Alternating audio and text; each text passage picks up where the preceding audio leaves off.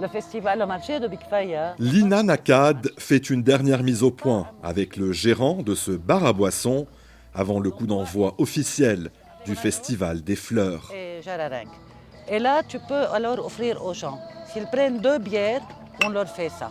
Surtout, garde le sourire. OK? D'accord. Allez, voilà. Merci. Bye, à bientôt. Ce week-end, de nombreux visiteurs sont attendus à Big Faya à l'occasion de cet événement printanier qui fête cette année ses 89 bougies. Les fleuristes de Big Faya, ou bien si vous voulez les agriculteurs, savent très bien qu'il y a ce marché, donc ils plantent en conséquence juste pour vendre à des prix beaucoup moins chers, même dans leur magasin. Voilà.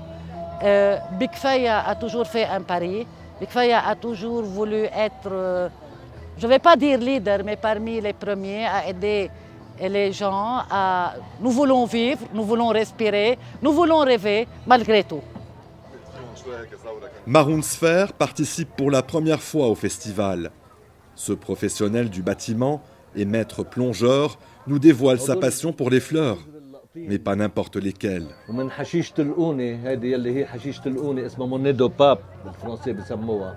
Voilà bientôt 15 ans qu'il a ouvert son atelier spécialisé dans les créations en végétaux et fleurs séchées.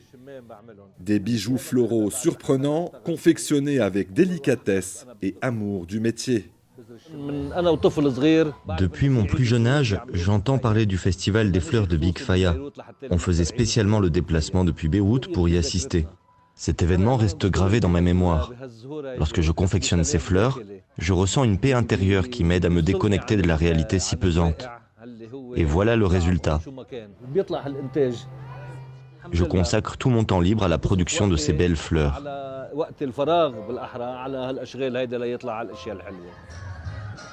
Pour cette édition 2023, le festival organise son premier vide-grenier. Gabriel Gemayel est à l'origine de cette initiative. Un marché occasionnel où les habitants de Big Faya mettent en vente des objets superflus. L'occasion pour le visiteur d'y faire de belles affaires. Donc l'idée a eu beaucoup de succès, comme tu peux voir. Il y a 5-6 exposants, on espère en faire un événement à part entière. Donc les gens sont contents de venir voir des choses et puis c'est comme on dit, tout pour tous pour rien. Donc il y a de bonnes aubaines à faire parce que l'idée de ce garage sale, contrairement aux marchés aux puces qui ont lieu dans d'autres villages, c'est que les gens viennent et font des aubaines. Donc l'idée n'est pas de faire beaucoup d'argent, l'idée c'est surtout de se débarrasser des vieilleries ou bien du surplus qu'on a dans les greniers. Donc voilà, et c'est une occasion aussi de chercher ses enfants et de les faire travailler au noir. On leur offre un jus d'orange, une petite crêpe et ça va. Donc, voilà. Exubérance de couleurs et de parfums, fleurs de saison, rareté locale, le festival suggère aux promeneurs une halte dans cet espace enchanté qui intrigue autant qu'il charme. En milieu d'après-midi, les visiteurs sont de plus en plus nombreux à plonger dans cet univers botanique.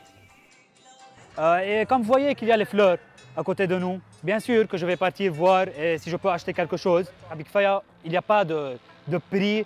Si quelqu'un ne peut pas acheter même, il peut prendre la fleur et partir.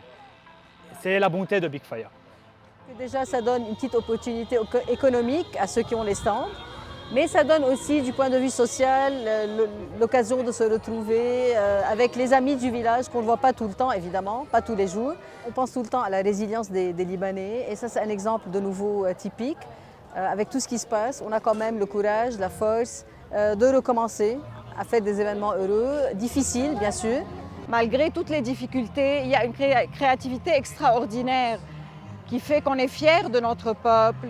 Et je trouve cette réunion formidable. Vraiment, c'est un gain d'espoir pour nous tous qui nous montre que le Liban ne mourra jamais, et Big Faya en particulier.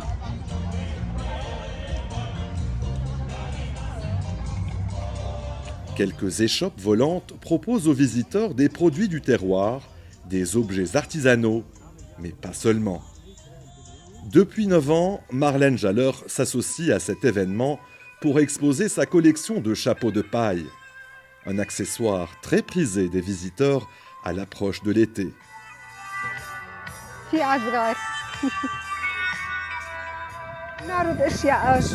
J'expose des objets fabriqués à partir de la paille de blé, comme ces chapeaux et des objets en bambou. Tout ce qu'il y a de plus utile durant la saison des fleurs et l'été. Nos prix sont bien étudiés, à la fois pour faire de petits profits et permettre aux visiteurs d'économiser de l'argent tout en se faisant plaisir. Bonjour, combien ça coûte? Plus qu'un accessoire utilitaire, le chapeau de paille est un véritable accessoire de mode, sans cesse réinventé pour encore plus de tendances. Cette habitante de Big Faya n'a pas pu résister au charme de ce couvre-chef 100% fait main. Il est beau, n'est-ce pas? Auriez-vous un autre style de chapeau? Voyons ce chapeau blanc.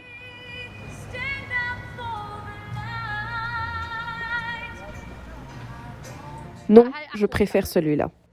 Chaque année, elle ne manque pas ce rendez-vous, synonyme de gaieté et de convivialité pour de nombreux visiteurs. Je viens chaque année au Festival des Fleurs. Le soir, une parade et d'autres activités ont lieu. L'ambiance, la musique, c'est très agréable. Ça nous permet de changer d'air. Le Festival des Fleurs invite les visiteurs à bousculer leurs sens et à se laisser surprendre par la magie de la nature.